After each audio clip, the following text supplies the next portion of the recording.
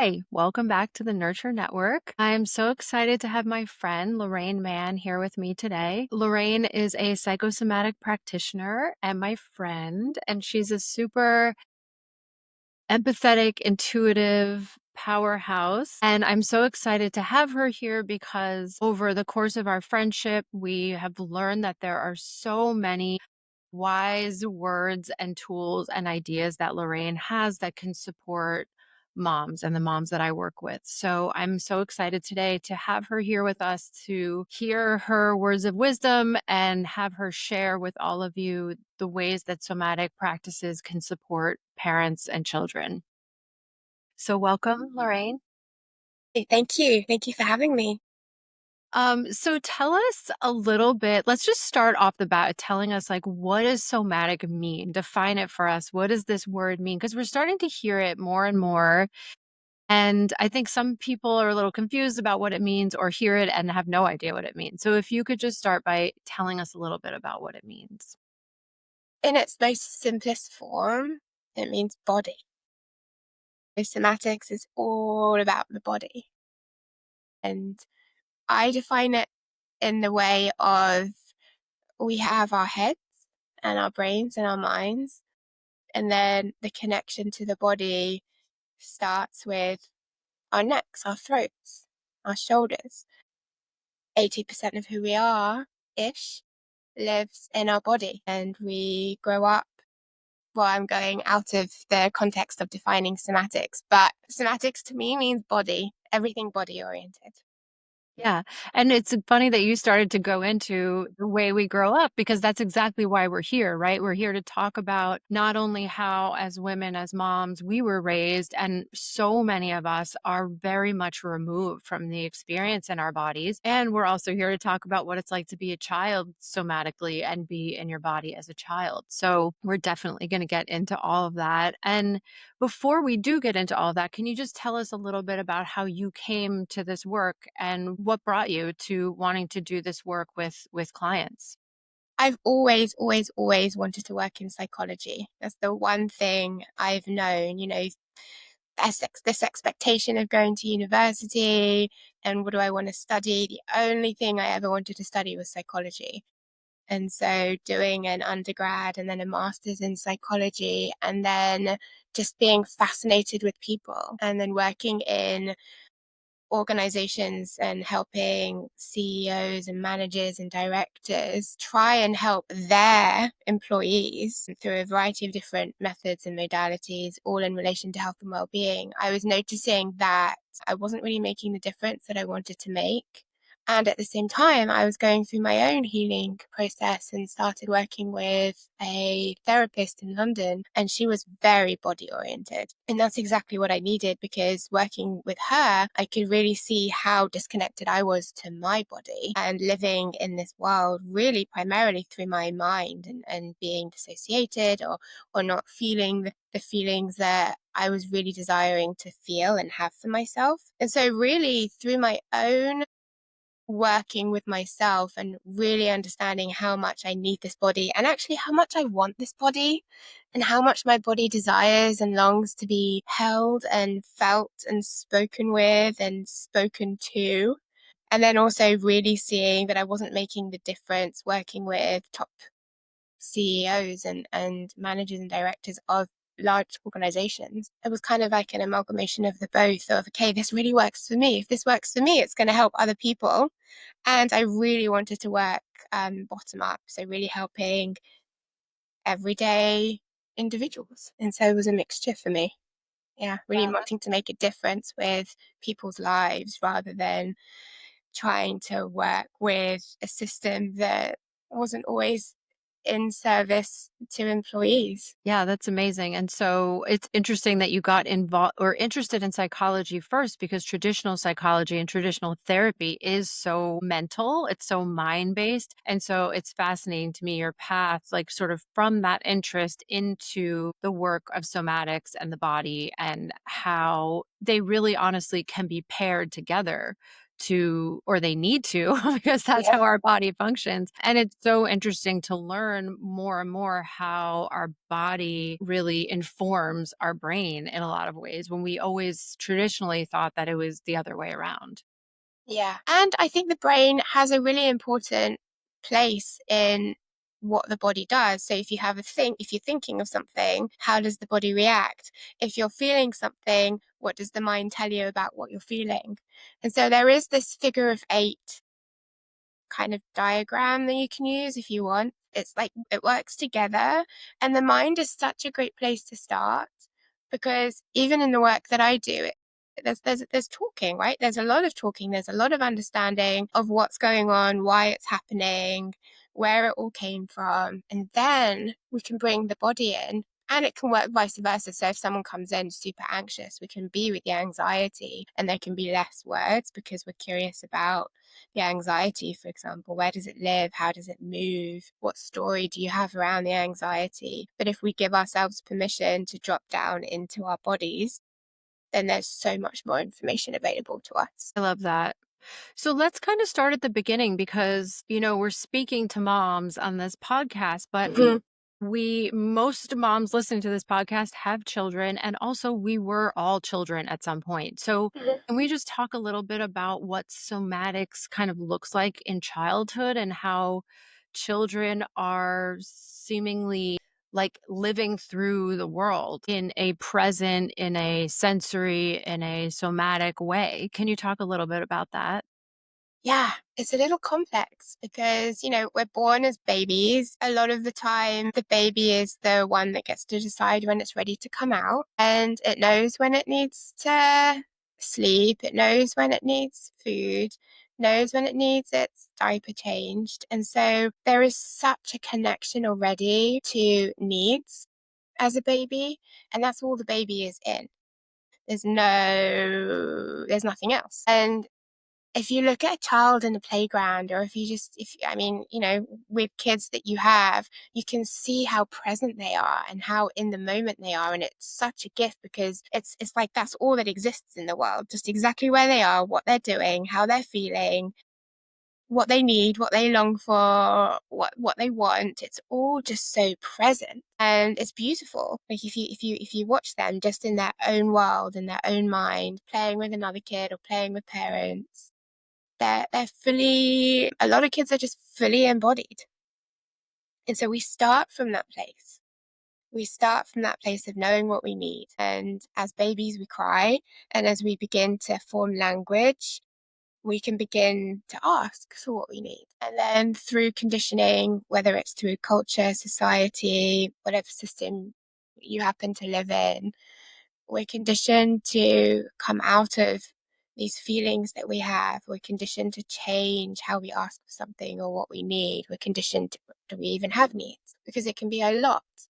Children's feelings, children's emotions, being in the moment can be so much for adults around them. It takes the children out of their bodies and more in their minds because then we're programmed to survive. So if someone around them is saying, "Oh, you're screaming, you're too loud, quiet down," if that happens enough, the child learns, "Oh, it's not okay to have my big energy."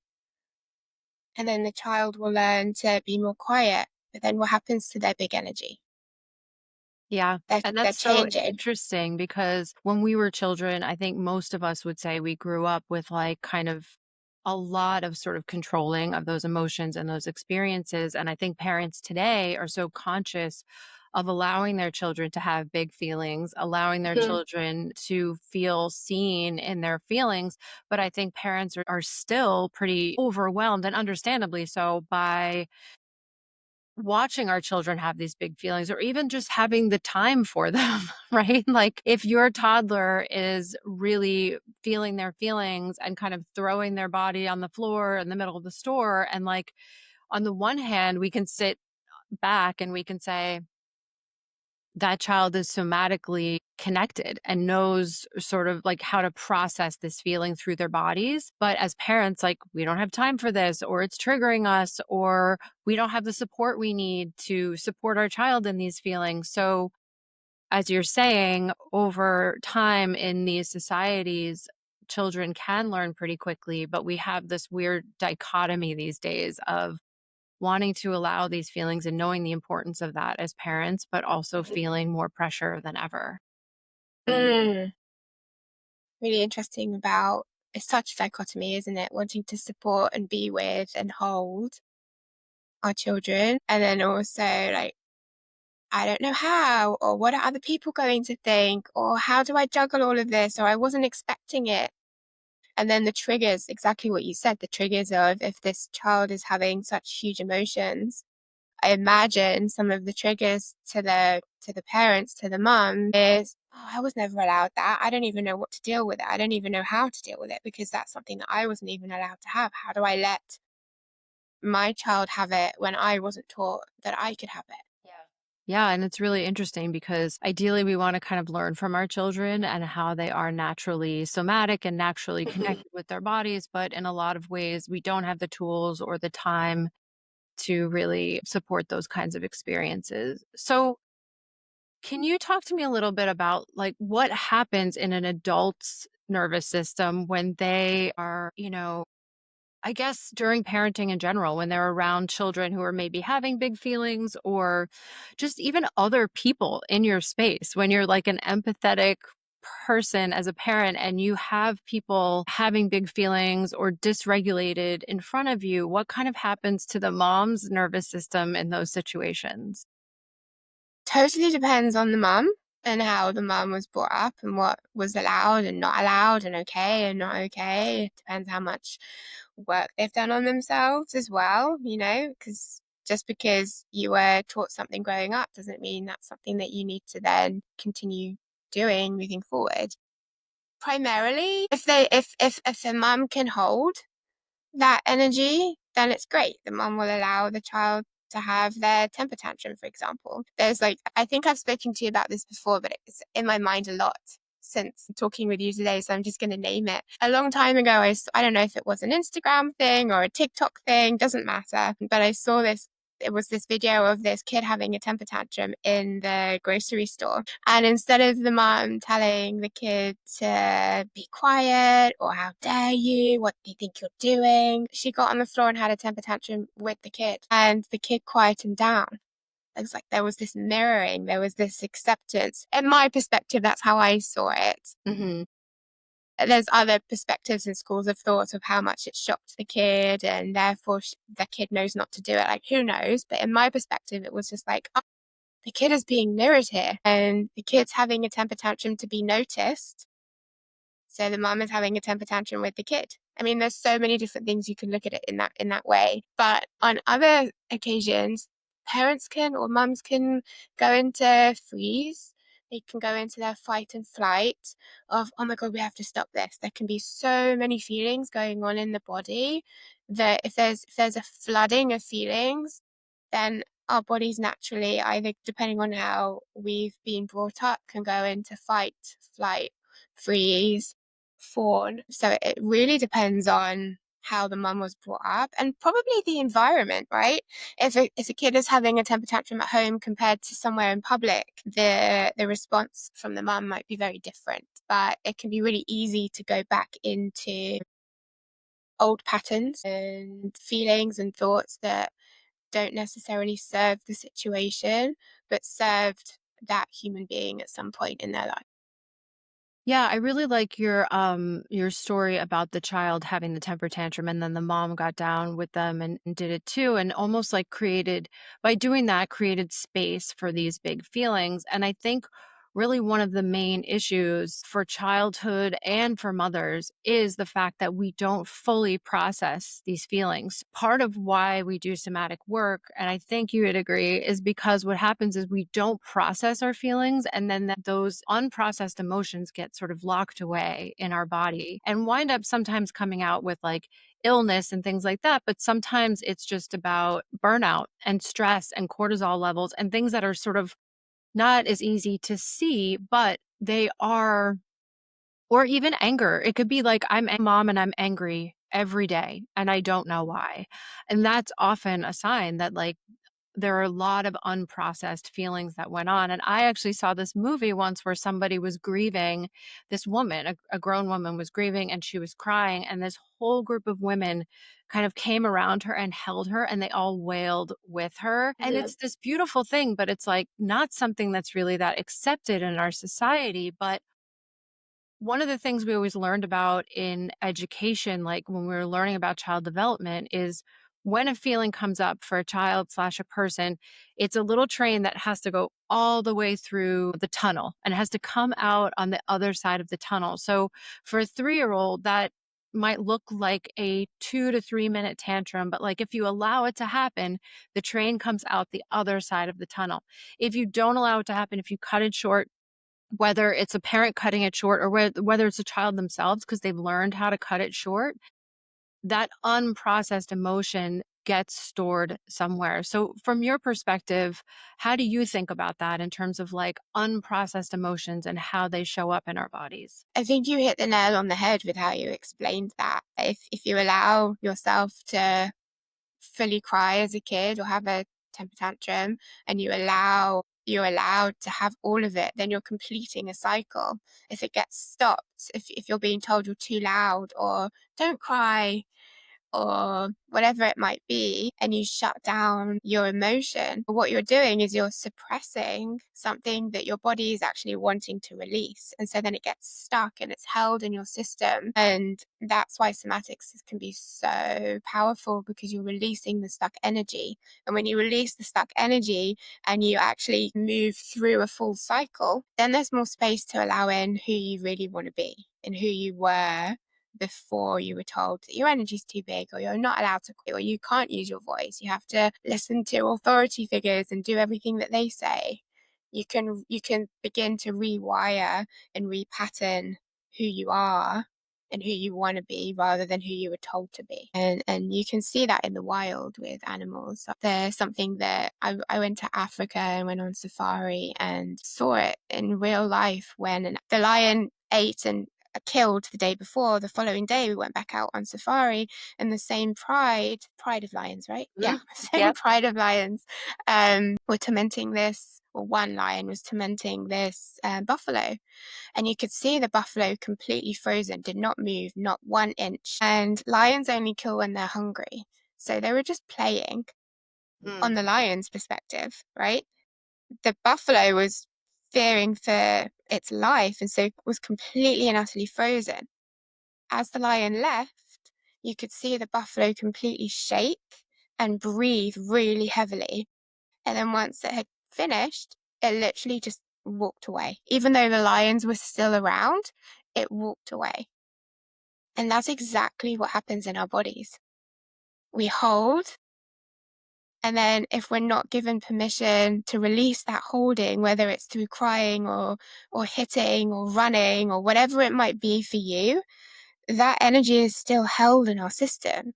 And then it changes who we are. If we're allowed to move through to the end of the tunnel in the way that you were sharing, we release whatever that looks like: tears, needing to kick something. I mean, I've seen people's bodies shake all the time. They shake. Do that. The energy's released. You move to the end of the tunnel. You move through the cycle, and that energy is no longer there. You're not holding on to something that didn't serve. You've moved through it. Well, it did serve, right? You're fighting for your life, and you freeze to do that. When you realize you don't need to do that anymore, you move that energy out, and you get on with your life. You get on with your day. And unfortunately, we as humans don't always have that opportunity to do that on a regular basis.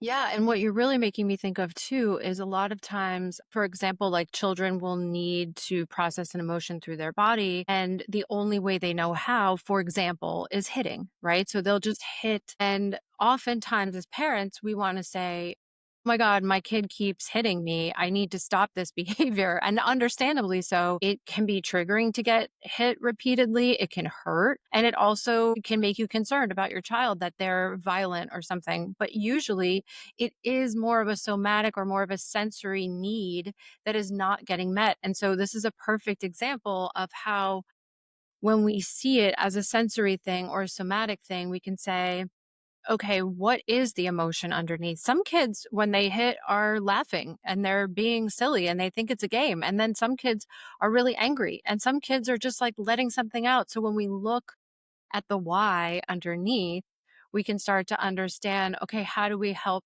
this child like release this out of their bodies in a way that's safe, or release this out of their bodies in a way that's constructive, that's actually going to help them feel like they're processing whatever the feeling might be. So, um, that's something that we as parents never really learned. I think could Mm. speak for 90% of the people listening. Our parents did not teach us that kind of thing.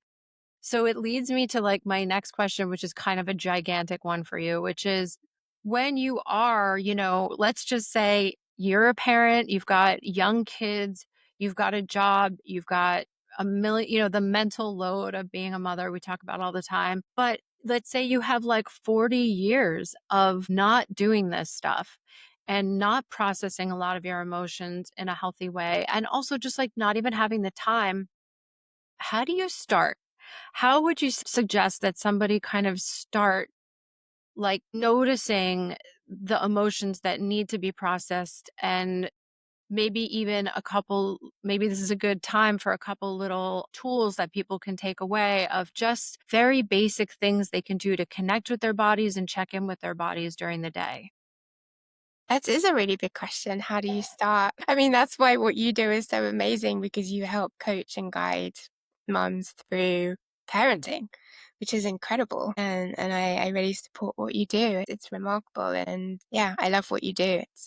Thank It's you. amazing. Well, it's amazing to have partners like you because I learned so much from you. And then, it helps in supporting clients because I'm not a therapist and it's not my job to 100% do sort of talk therapy. I help them meet their goals, but a lot of it is about moms being burnt out, moms not having these somatic tools, for Mm. example, from childhood and not really processing their emotions or learning how to at an early age. But then they're trying to teach their child to do it. So Yeah. before you can teach your child to do it, you really have to start taking care of yourself in these little Mhm. moments. And I say before, like in a very on purpose way, because we tend to think, oh, I'll just take care of me later, or I'll take care of me in the cracks. So, Mm. how would you suggest if I'm a mom, I've got two young kids, I've never done any of this stuff before, I'm feeling really burnt out, really stressed, a lot of anxiety? What are some ways that I might like check in with my body during the day and maybe even have some tools to support myself when I'm feeling really anxious or angry or burnt out?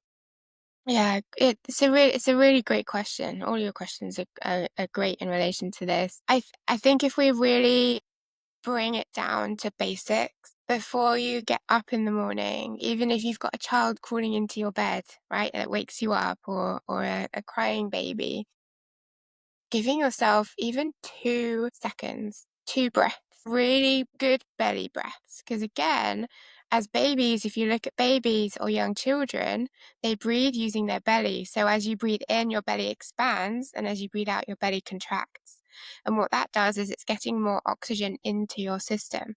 And that helps with so many different things. I mean, breath work is I'm not no expert in breath work. I support breath work. I love it. But then as we grow up and we have stresses in our lives, we breathe using our chest. And so we're not gaining the full impact that a decent breath can give us.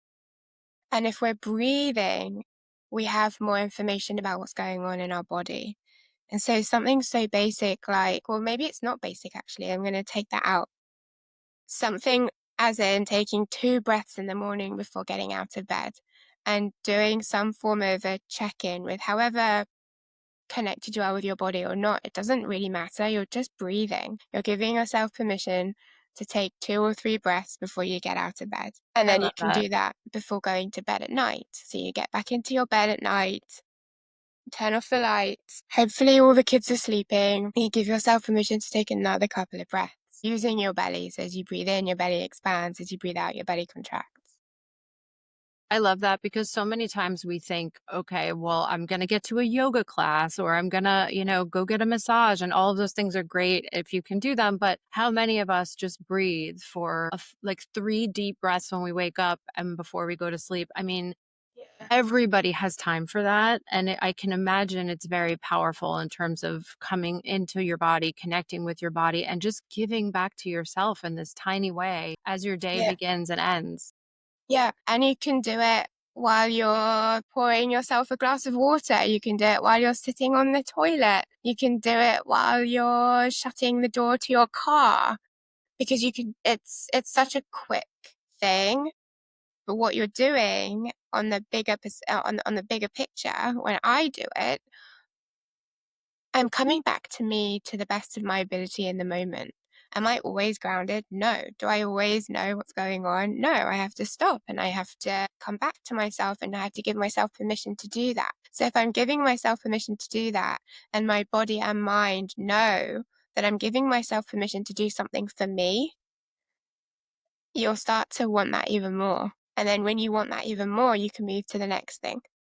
And then when that doesn't feel like enough anymore, you can move to the next thing. But to be able to mirror a child, to be able to witness a child, to be able to hold a child and their big feelings, we kind of have to be with ourselves as well. So that actually is was going to be my next question is when you're I love your first example of just it's almost sort of preventative in a certain way of taking care of yourself and a regular practice that you can have to be connected to your body and yourself. What do you suggest when we're in these moments with our children where things are really heated, where either the child is having big feelings or maybe you've even gotten into this like negative loop argument with your child, or maybe your child is super angry and saying, I hate you, or throwing something. What are some suggestions that you have for like supporting yourself in a somatic way in these moments? So, good question. The first thing that comes to my mind is give yourself permission to let them. Let them have their big feelings. There's nothing you have to do. Give them permission to have them. Seriously, like, give yourself permission to let them have them. And just because they're having big feelings doesn't mean everything has to be figured out in that moment. You can let them have their big feelings. Maybe it's triggered you. Okay. So you give them what they need to the best of your ability. And then maybe you need to go into the bathroom or go into another room, get a pillow and scream into the pillow. Or give yourself permission to take some breaths a little bit further away from your child before coming back. Or making yourself a cup of tea or getting yourself water. One of the biggest things that I learned to do when I was triggered was to put my feet on the floor, move my toes, and get water. So I would stop conversations and say, hey, I'm just grabbing some water. I'll be back in a minute. Or, I mean, in therapy sessions, when I was aware that I was dissociating, I learned to get my water, look away from my therapist, drink some water and breathe and come back to me. And I think for a child, you can explain what you're doing of like, hey, yeah, I'm so glad you had your big feelings. Give me a minute. I'm going to come back to you. Or I'm right with you. I'm not going anywhere. I just need to get myself some water. And give yourself, like, it's not going to happen like that overnight. So if you're used to screaming back at your kid, it's not like you're going to change that overnight. It's a process and it's giving yourself permission to learn something totally new because I imagine that's not what you were given growing up. And so you're really working in a completely new place. And that's uncomfortable and it's vulnerable and it's a learning curve.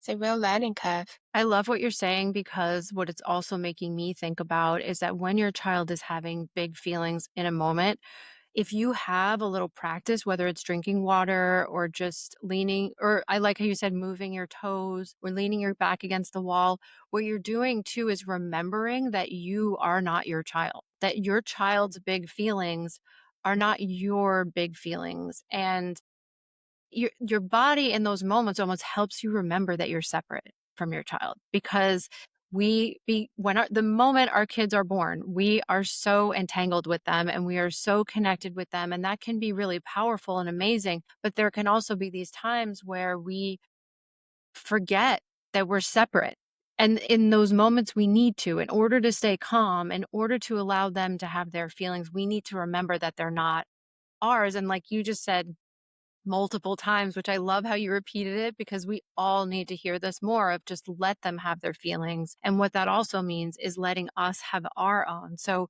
your child could have their big feeling about something, and then you could be having some sadness in a reaction, but you having your awareness of what your feeling is versus what theirs is, and that separation in those moments, so that you can come back as a regulated person to support them. Exactly. Exactly. I had a couple of things in my head that I wanted to name when you were sharing and they disappeared. Something around curiosity. If you give yourself permission to get curious, my child's having really big emotions, like what happened? Instead of feeling like you know what happened or trying to fix it, what if you got curious? Or like once the child has screamed or cried and you're holding them if they're crying, or you're letting them scream, or you're redirecting behavior. So if they're hitting you, you can be like, hey, don't hit mommy, that's not nice, it hurts, here's a pillow you can hit, let's hit Hmm. the pillow. And you can do it with them, right? I think there's this stigma that you have to, as a parent, you have to be poised and perfect and not show emotions. But this kid is showing emotions, right? They're so in tune with how they feel. What if they're teaching you something? What if they're helping you learn something too? And if your child is hitting you, as the example you were using earlier, redirect it. It's not that it has to stop. It's just that that specific behavior of hitting you has to stop. But there's a pillow, or there's a bed, or there's a mattress, or there's a couch, or there's a squishy ball that they can squish if they don't want to hit or punch. And you can do it with them, and you can support them to do that, of like, yeah, get it all out on this pillow, like let's just hit and kick and scream and do whatever you need to do. Here's the pillow, you're not going to hurt anything or anyone. So it's teaching them about responsibility of, well, we can't hit another person. That's so much around boundaries, like physically hurting someone, all of the emotions that can come up with that. So you probably have a whole house or a whole apartment worth of things that you can hit and there's no negative impact. And so it's teaching the kid, yes, you can have all of your emotions, but we're going to have your emotions in a responsible way to the best of the kid's ability. The kid's not an adult. The kid is a kid. And so we get to teach. But yeah, like redirecting the behavior, because their body wants to hit. There's something that their body wants to get out. So let them hit, but in a very curious, hey, we're going to hit, but we're going to hit in a safe way. We're going to hit in a way that doesn't hurt you or mummy or the room.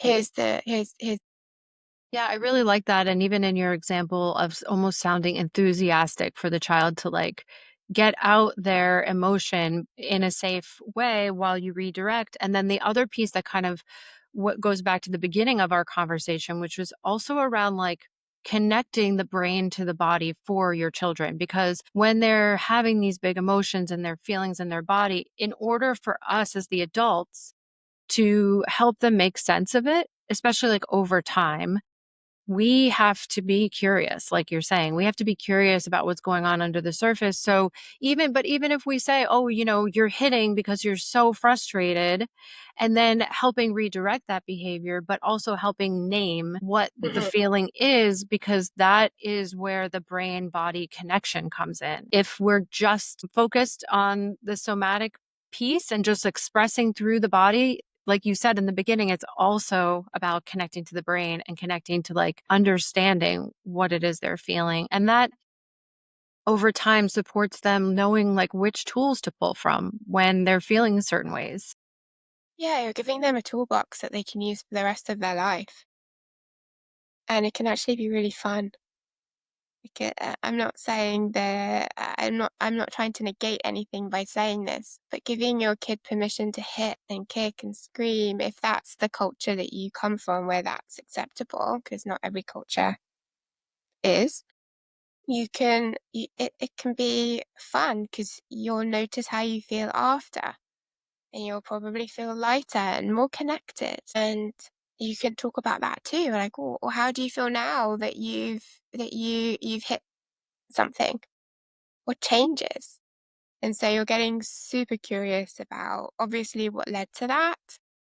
Also, the fact that their body just wants them to do it, because we as adults, we might an idea as to what we want to do, but how often do we actually let ourselves do it?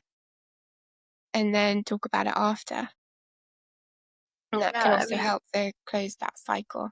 yeah, and it's interesting too how we're talking about like there are these moments where our children are dysregulated and need maybe some redirecting to, like you were saying, with the hitting and using a pillow or a ball. And then there's also just getting curious about those things that help us stay regulated over time, right? Like your example of breathing in the morning and at night. What are some examples like for children that are helpful little bodies that are regulating regular behaviors that we can kind of implement into their lives that kind of help them stay regulated? And part of this is about being curious about your own child because every child is different, every person is different. And if you sat down as the mom and said, okay, these 5 things, if I do them every week, they help me feel regulated, you might have to do that for your child too. What helps my child have a regulated nervous system? But what are some examples that you might have off the top of your head that are good for children in terms of staying regulated?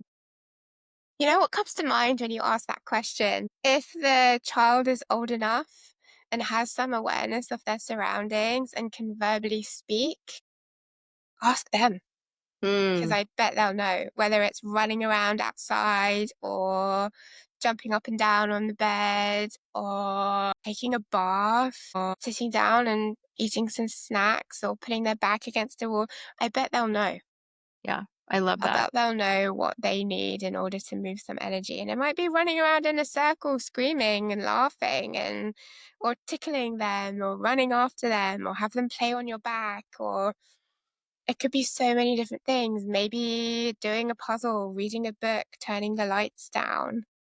I think obviously as to be as attuned to your parent, to your child as possible is the goal. And also let the child work with the child. Let it be some form of collaboration so that you're finding out from them what works for them. And then obviously you can help if you know that your child needs to release energy. Do you have a game that you can play with them? If it's raining outside, do you have a game that you can play in the house that will help them release that energy? If you're noticing that they're just so tired and they're nothing is working because they're crying and they're just exhausted, how about holding them in a certain position or reading them their favorite book or putting on some calming music, turning down the lights? Finding out, getting curious. What does your kid think it needs? I love that that was your answer because one of the reasons why I just love this conversation and for moms to listen to it is because we often forget that a lot of times difficult behaviors can be seen through this lens, can be seen through sort of a nervous system, somatic or sensory lens. And that, a lot of times, for example, a lot of the clients I talk to or get really frustrated with their children at bedtime because it's when they decide that they want water, it's when they decide they want to play, but that is a moment where not some children, like you said, need the dark room and need just a light scratching on the back and a cuddle. And then some children really need to like jump up and down on the bed for 5 minutes before bedtime because it really helps them get that out. And I think this conversation is so important because if we can see ourselves and our children through this lens, it really does help us understand why children may be doing things. Like you said, they know on a certain level what it is they need, but can't necessarily verbally articulate it. And if we're looking as parents through this lens, it may really help us understand what it is they need and what their triggers are and when are those days where they didn't move their bodies enough or when their behavior is telling us that they have a physical need of some kind. Yeah, and a reminder, this is so easily said compared to actually it being completed or done. And I think we get to come back to ourselves and there are days where I don't even know what I need. I'm so exhausted, or something major happened, or I'm full of so much energy. I don't always know what I need. So, and and I'm not the only one. So many adults don't know what they need. And so, if we struggle in that department, if we're not always aware of what we need, how to articulate things, how to move our bodies, how to move our energy, there is also this part of us that how can we expect our child to always know? And so, yes, we might show all of the I don't knows in a very different way to the child, but if it's present for us, it's going to be present for them. And I think all of the tools that we learn as adults can be given and taught to children. You just might need to adapt it. Yeah. And so sometimes the support can be me leaning into this chair and feeling my back against the chair. Maybe for a kid, it's lying fully flat on their back or on their front, who knows? And so we can adapt all of the things that we're learning. So going back to where do you start?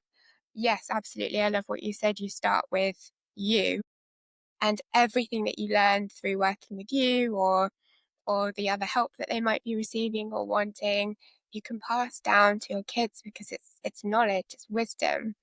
And what a beautiful gift if you're working on yourself. You're helping your kid just through working with yourself. And that can also be enough. It will have an impact. You'll see change. If you're constantly working on yourself and changing yourself, you'll see that ripple eventually in your family.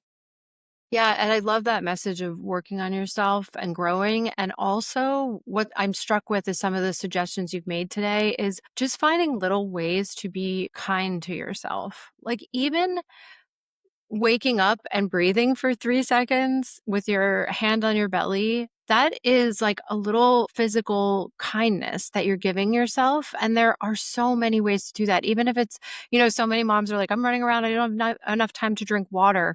Like, if you can just sit in a chair and drink some water and just be kind back to you and be kind to yourself in these teeny tiny ways, somatically, that can, like, really make a big difference in your day and your life. Yeah. Pausing every now and again when you remember, or finding the example of breathing in bed is because it then becomes a routine. One of my teachers gave this example of she always remembers to ground when she moves through the archway of a door. So she walks through the door and that's her cue that oh, she needs to check in on her body. And when I mean by ground, I mean bringing your energy down. So wherever your energy lives, whether it's your head or parts of your body, you're intentionally and consciously bringing that energy down into your feet and into the ground. And just to the best of your ability, it looks different daily sometimes. But that was her cue of like, okay, I've got to remember to ground. I'm walking through a door. And so it's about finding something that will remind you to do the thing that you know helps you, whether that's when you do pour yourself a glass of water or when you do go to the bathroom or when you have a shower. Bed, everyone lies in bed. So choose the bed. Breathe in the morning, breathe in the evening, and that's your cue.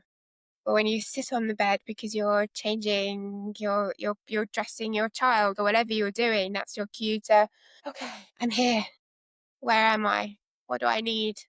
It's like your daily 2-second check-in. And then from there you can increase things. It's so great. And I think you've given moms today so many different tools that they can use in their day to day life that literally we all have time for, right? This is not about having conversations about carving out like hours of your day to do certain things. These are teeny tiny little things you can do throughout the day to support yourself, your nervous system, your emotions, just coming back to yourself, coming back into your body, which is so powerful. And if a mom is listening and wants to take it further and work with you, can you just explain like how you work with clients? And I know it's different for each client, but sort of what is the process of working with a psychosomatic practitioner?